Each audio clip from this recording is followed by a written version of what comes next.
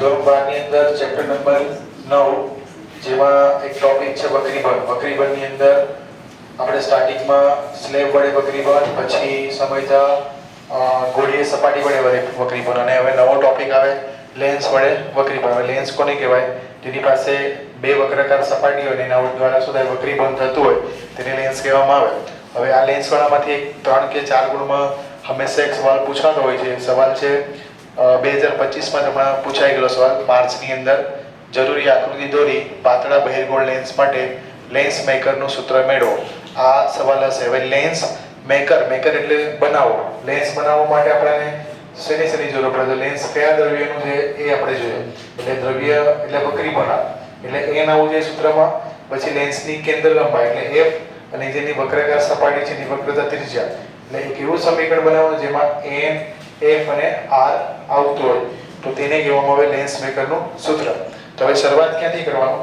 ક્વેશ્ચનમાં કીધું છે પાતળો બહિર્ગોળ લેન્સ. તો પાતળો લેન્સનો મતલબ એવું થાય કે જે લેન્સની વક્રાકાર સપાટી, ધારો કે મારી પાસે આ લેન્સ છે બહિર્ગોળ લેન્સ, કેમ કે જે વક્રાકાર સપાટી બહારની તરફ છે વક્રીબંધ કરાતી સપાટી એને કહેવામાં આવે બહિર્ગોળ લેન્સ. તો આ વક્રાકાર સપાટી જે છે એ બહારની તરફ છે એટલે એને શું કહેશું આપણે? બહિર્ગોળ લેન્સ. હવે એક રેખા દોરશું. જે રેખા આના પ્રકાશીય કેન્દ્રમાંથી પસાર થાય છે એને કહેવામાં આવે ઓપ્ટિકલ સેન્ટર, પ્રકાશીય કેન્દ્ર. આનું પ્રકાશીય કેન્દ્ર છે જે રેખા એના મધ્ય બિંદુમાંથી પસાર થાય છે તો આ મધ્ય બિંદુને કહેવામાં આવે લેન્સને ઓપ્ટિકલ સેન્ટર. હવે આ લેન્સને પાતળો લેન્સ ક્યારે કહેવાય? તો આ બંને વક્રાકાર સપાટી વચ્ચેનું જે અંતર છે એ વસ્તુ અંતર અને પ્રતિબિંબ અંતરની સરખામણીમાં નાનું હોય, અવગણી શકાય એવું હોય તો આને પાતળો લેન્સ કહેવામાં આવે. એટલે કે આ બંને નજીક હશે, આ વક્રાકાર સપાટી ખૂબ જ નજીક હશે. હવે આ લેન્સને નામ નિર્દેશ આપી દે જે રીતે બુકમાં આપેલું છે એ રીતે. એનું નામ છે A, આ બિંદુનું નામ આપીએ B અને આને C. પાછળની સપાટી છે બીજી સપાટી, એનું નામ આપી દઈશું ADC. તો બે સપાટી છે. પહેલી સપાટીનું નામ છે, પ્રથમ સપાટીનું નામ ABC અને બીજી સપાટીનું નામ છે ADC. બે સપાટી વાળો આપણી પાસે દ્વિબહિર્ગોળ લેન્સ છે અને એ પણ કેવો છે? પાતળો લેન્સ છે. હવે વસ્તુનો મતલબ થાય જેના પરથી કિરણો આવતા હોય તો વસ્તુને અંગ્રેજીમાં કહેવાય ઓબ્જેક્ટિવ. એટલા માટે એને આપણે O વડે દર્શાવશું. એક કિરણ જે સીધું જાય છે ઓપ્ટિકલ સેન્ટરમાંથી તો એનું વક્રીબંધ નહીં થાય, એ સીધું જતું રહેશે. બીજું એક ત્રાસુ કિરણ મોકલાવે અહીંથી, આમ ત્રાસુ કિરણ, તો એનું પહેલી સપાટીથી વક્રીબંધ થશે, પછી બીજી સપાટીથી વક્રીબંધ થશે અને અંતિમ પ્રતિબિંબ કશે અહીંયા મળશે. અને પ્રતિબિંબને અંગ્રેજીમાં કહેવામાં આવે ઇમેજ, એટલે તેને આપણે I વડે દર્શાવશું. તો અહીંયા વસ્તુ અંતર છે એને આપણે લખીએ છીએ U વડે. તો વસ્તુ અંતર આ તમારું U અને આ પ્રતિબિંબ અંતર છે એને શું બતાવશું? B.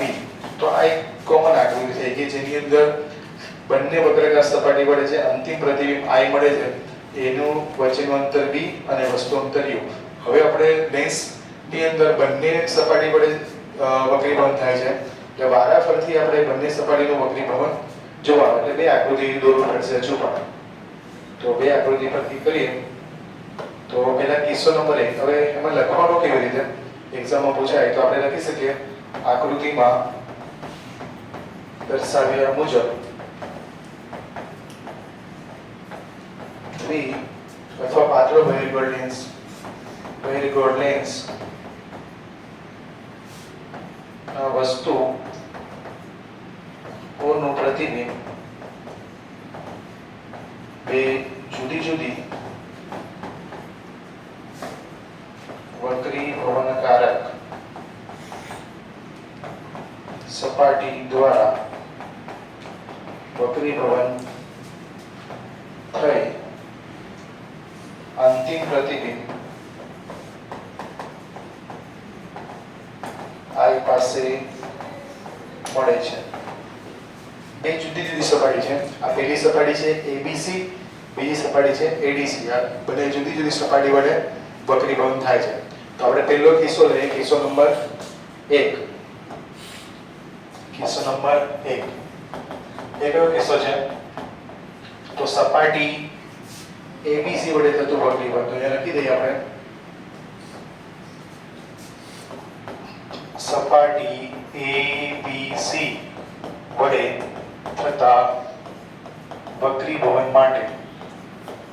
હવે પહેલી જે કિસ્સો છે બે સપાટી વડે વક્રીભવન લેવાનું છે આપણે. પહેલું કયું લેશું આપણે? AB છે અને બીજું લેશું બીજી સપાટી એટલે ADC. તો પહેલી સપાટી આપણે દોરી દઈએ, પણ અહીંયા પ્રકાશનું કિરણ ક્યાંથી ક્યાં જાય છે? તો આ પાતળું માધ્યમ છે ને આ ઘટ માધ્યમમાં દાખલ થાય છે. તો પહેલો કિસ્સો જે છે ને પાતળાથી ઘટવાળો છે,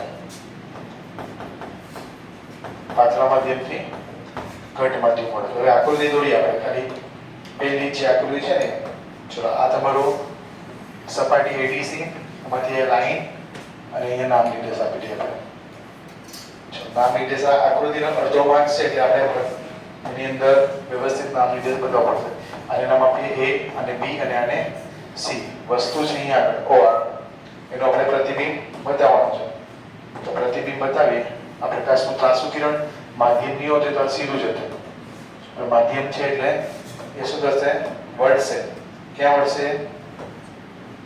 લંબ તરફ. તો આપણે લંબ રેખા દોરી દઈએ, બરાબર. લંબ રેખા આ જે વક્ર ભાગ છે એના વક્રતા કેન્દ્રમાંથી પસાર થાય. પહેલી સપાટી છે એટલે એનો વક્રતા કેન્દ્ર C1. હવે પ્રકાશનું કિરણ ક્યાંથી ક્યાં જાય છે? આ પહેલું માધ્યમ છે એનો વક્રી ગુણાંક N1, બીજું માધ્યમ છે એનો વક્રી ગુણાંક N2. અહીંયા કન્ડિશન એવી છે કે પહેલા માધ્યમની સાપેક્ષે બીજા માધ્યમનો વક્રી ગુણાંક વધારે છે, એટલે જ્યારે પ્રકાશનું કિરણ પાતળા માધ્યમથી ઘટ માધ્યમ જાય તો આ લંબ છે એની તરફ વળશે, એટલે આ લંબ તરફ વળી જશે અને આ વક્રીભૂત કિરણ અને આ સીધું એકબીજું કિરણ આ ભેગા થશે, ત્યાં બનાવશે પ્રતિબિંબ I. પણ પહેલું પ્રતિબિંબ છે એટલે નામ આપશો I1. હવે નામ નિર્દેશ આપી દેવાના. તો નામ નિર્દેશની અંદર વસ્તુ અંતર OB બરાબર U. વસ્તુ અંતરને U વડે દર્શાવવામાં આવે. C થી આ કેન્દ્ર સુધીનું જે અંતર છે એને શું કહીશું? વક્રતા ત્રિજ્યા. પહેલી સપાટી છે એટલે R1. ચલો આ BI1 છે એ તમારું પ્રતિબિંબ અંતર છે. પ્રતિબિંબને V વડે દર્શાવાય અને પહેલું પ્રતિબિંબ છે એટલે એને V1 નામ આપીએ છીએ. ક્લિયર આટલું? ચલો હવે લાસ્ટ ટાઈમ આપણે ગોળીય સપાટી વડે થતો વક્રીભવન, તેમાં પણ આ જ આકૃતિ હતી અને પ્રકાશનું કિરણ પાતળામાંથી ઘટમાં દાખલ થતું હતું. તો એના માટે આપણી પાસે સૂત્ર હતું -N1/U પ્લસ N2/V બરાબર N2 N1 ના છેદમાં R. આ સૂત્ર લાસ્ટ ટાઈમ આપણે કર્યું હતું જ્યારે પ્રકાશનું કિરણ પાતળામાંથી ઘટમાં દાખલ થાય ત્યારે. ચલો હવે અહીંયા U, જ્યાં U બરાબર છે વસ્તુ અંતર, તો વસ્તુ અંતર આપણા કિસ્સામાં છે, આ કિસ્સામાં વસ્તુ અંતર OB છે ને તે કોના બરાબર છે? U બરાબર જ છે. બીજું V બરાબર શું કહેવાય? પ્રતિબિંબ અંતર કહેવાય. તો પ્રતિબિંબ અંતર આ કિસ્સામાં તમને દેખાય છે BI1 અને આ BI1 બરાબર છે તમારી પાસે V1 અને જે R છે એને શું કહેવામાં આવે? વક્રતા ત્રિજ્યા. તો વક્રતા ત્રિજ્યા તમારી પાસે છે અહીંયા આગળ BC1 અને તે છે તમારી પાસે R1. આ બેઠી કિંમત આમાં મૂકી દે તમારી જે સૂત્ર છે એવું બનશે -N1 ના છેદમાં OB પ્લસ N2 ના છેદમાં BI1 પછી બરાબર N2 N1 ના છેદમાં BC1. આને સમીકરણ નંબર 1 આપી દો. આવું જ સેમ ટુ સેમ સપાટી 2 માટે, સપાટી 2 નું નામ છે સપાટી ADC માટે કરવાનું છે. ક્લિયર? પહેલા કોના માટે કર્યું આપણે? પ્રથમ સપાટી પછી બીજી સપાટી. એવું કેમ? કેમ કે વક્રીભવન અહીંયા આપણી પાસે દ્વિબહિર્ગોળ લેન્સ છે પણ કેવો છે? દ્વિબહિર્ગોળ, એટલે કે બંને બાજુ બહિર્ગોળ સપાટી છે. ક્લિયર? તો નેક્સ્ટ આપણે લઈએ સપાટી ADC વડે વક્રીભવન. તો કિસ્સો નંબર 2, કિસ્સો નંબર 2 સપાટી ADC વડે થતા વક્રીભવન માટે, સપાટી ADC વડે થતા વક્રીભવન માટે આપણે લઈએ. તો સપાટી ADC દોરી દઈએ.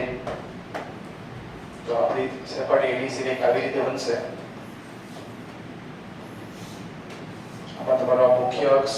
હવે આની ઉપર નામ નિર્દેશ બતાવી દઈએ. તો નામ નિર્દેશની અંદર આ તો A, આ D અને આ C.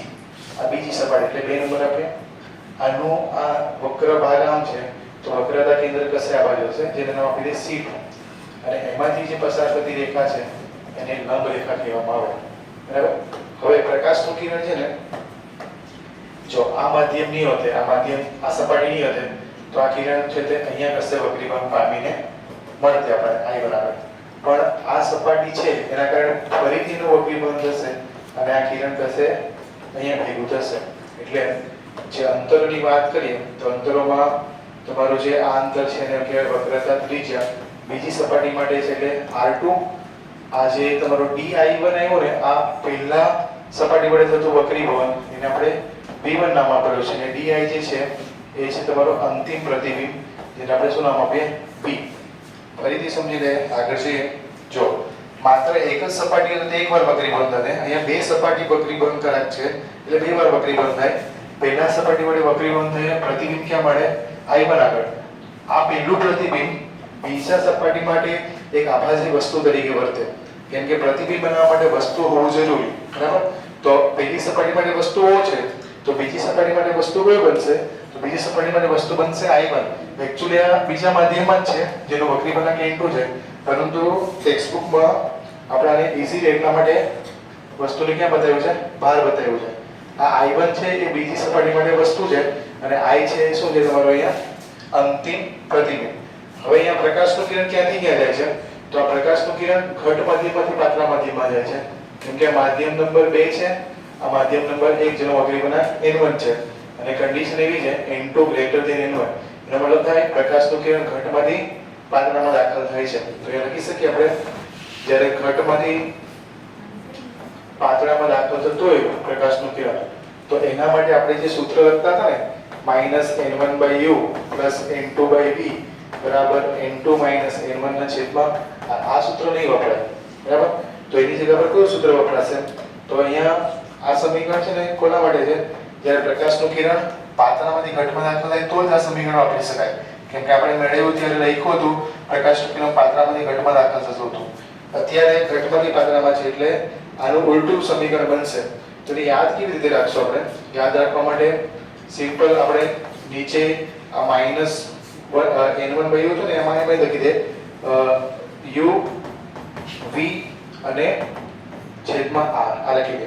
હવે u નો મતલબ થાય વસ્તુ. આપણું બીજા સપાટી માટે વસ્તુ ક્યાં છે? બીજા સપાટી માટે વસ્તુ અંદર છે જેનો વક્રીભવન N2 છે એટલે અહીંયા લખશું આપણે N2. પ્રતિબિંબ અંતિમ પ્રતિબિંબ હંમેશા બહાર જ મળવાનું છે, તો બહારનો વક્રીભવન છે તે N1 છે એટલે અહીંયા લખશું આપણે N1 અને અહીંયા N2 - N1 હતું તો અહીંયા આપણે લખવું પડશે N1 - N2 કેમ કે અહીંયા ઘટમાંથી પાતળામાં દાખલ થાય છે. હવે એમાં u v r ની કિંમત મૂકી દે તો લખી શકાય જ્યાં u બરાબર કહેવાય વસ્તુ અંતર. તો વસ્તુ અંતર બીજા માટે છે dI1 કેમ કે આ વસ્તુ છે ને I1 એટલા માટે, અને એ છે તમારું v1. પછી v શું અહીંયા પ્રતિબિંબ અંતર છે તો v બરાબર થાય પ્રતિબિંબ અંતર અને આ બીજી સપાટી માટે પ્રતિબિંબ અંતર છે તમારો pi અને એ v બરાબર જ છે અને r બરાબર શું છે? વક્રતા ત્રિજ્યા. અને આપણે બીજા સપાટી માટે વક્રતા ત્રિજ્યા છે dc2 અને એ છે r2. આવા કિંમતો આમાં મૂકી દે તો આપણું સમીકરણ બનશે -N1/dI1 +N2/di બરાબર N1 - N2 ના છેદમાં dc2. આ સમીકરણ આવ્યું. હવે આ સમીકરણને આપણે સરખાવવાનું છે કોની સાથે? સમીકરણ નંબર 1 સાથે. જે આપણું સમીકરણ 1 બન્યું હતું ને એની સાથે સરખાવવાનું છે. પણ સમીકરણ 1 માં N2 - N1 છે તો આપણે પહેલા સમીકરણમાં પણ N2 - N1 કરવું પડે. અને એક બીજી કન્ડિશન આ શરત ખાસ લખવાની જરૂર પડશે કે જ્યારે આપણો લેન્સ કેવો છે? પાતળો લેન્સ છે. સવાલમાં કીધું છે પાતળો લેન્સ એટલે પાતળા લેન્સ માટે કન્ડિશન છે પાતળો લેન્સ હોય ને તો એની ખાસિયત શું હોય કે આ બંને વચ્ચેનું અંતર નહીવત હોય એટલે d ની જગ્યા પર તમે b લઈ શકો કેમ કે પાતળો લેન્સનો મતલબ શું છે? બે વક્રીભવનાત્મક સપાટી ખૂબ જ નજીક હશે. તો આપણે જ્યાં dI1 છે તો ત્યાં આપણે dI1 લઈ શકીએ એટલે dI1 ને તમે bi1 લઈ શકો. તો આપણે સમીકરણ બનશે -N1 ના છેદમાં bi1 વત્તા N2 ના છેદમાં di બરાબર. અહીંયા મેં ઉલટું લખ્યું હતું તો N2 ને આગળ લખો માઈનસ ને સામાન્ય કરી નાખો તો તમારો આ N2 - N1 ના છેદમાં dc2. જો માઈનસ ગુણાશે અંદર તો N2 માઈનસ થઈ જશે અને N1 પ્લસ થઈ જશે. આવું કેમ લખ્યું? કેમ કે આગળના સમીકરણમાં N2 - N1 છે એને સરખાવવાનું છે એટલા માટે. તો આ સમીકરણને આપણે નંબર આપી દે નંબર કેટલો નંબર આપશું? 2 નંબર. કેમ કે ઓલરેડી આપણે એક નંબર આપી દીધો છે, આ બે નંબર. હવે સમીકરણ 1 અને 2 નો સરવાળો કરીને આપણે જવાબ આવી જશે. એટલે લખવાનું અહીંયા સમીકરણ નંબર 1 અને 2 નો સરવાળો લેતા. ચલો સમીકરણ 1 પહેલા લખી દઈએ. પહેલા ડાબી બાજુનો સરવાળો, પછી જમણી બાજુનો સરવાળો. તો અહીંયા ડાબી બાજુની વેલ્યુ છે -n1/OB + n2/BI1. તો લખી દે -n1/OB + n2/BI1. આ પહેલા સમીકરણની ડાબી બાજુ થઈ, પ્લસ આપણે બીજા સમીકરણની ડાબી બાજુ છે એમાં છે -n1/, ઉલટું લખ્યું મેં કદાચ, અહીં ઉલટું લખાઈ ગયું. જો n2 છે એટલે ત્યાં n1 લખી દીધું છે. ત્યાં સુધારો કરવો પડશે આપણે. સુધારામાં અહીંયા ચેન્જ થઈ જશે એટલે n2 અને અહીંયા n1 છે એટલે આપણો અહીંયા n2/BI1 અહીંયા પણ સુધારો પડશે. n2/BI1 પ્લસ n1/DI બરાબર. હવે જમણી બાજુની વેલ્યુનો સરવાળો. તો આની જમણી બાજુ છે n2 - n1/BC1. તો લખી શકાય n2 n1/BC1 પ્લસ કૌંસની અંદર -n2 - n1/BC2. આ પ્લસ માઈનસ માઈનસ થઈ જશે. અહીંયાથી એક સમીકરણ કટ થઈ શકે. કયા સમીકરણ કટ થઈ શકે? આ n2/BI1 એક પ્લસ છે માઈનસ ઉડી જશે. એટલે પરિણામી સૂત્ર બનશે -n1/OB + n1/DI. અહીંયા પ્લસ માઈનસ માઈનસ એટલે n2 - n1/BC1 plus minus minus n2 - n1/BC2. Clear આટલું? ચલો હવે બંને સમીકરણમાં કંઈક સામાન્ય દેખાય છે. તો આમાં n1 સામાન્ય, અહીંયા n2 - n1 સામાન્ય. તો કઈ સામાન્ય? n1 સામાન્ય કરીએ તો કૌંસની અંદર વધશે -1/OB. OB ની કિંમત પણ મુક્ત છે. તો જ્યાં OB ની કિંમત તમે જોઈ શકો, શું છે OB ની કિંમત? OB બરાબર છે u. તો મૂકી દઈએ OB ની જગ્યા પર u પ્લસ DI ની કિંમત છે આપણી પાસે DI ની જગ્યા પર v.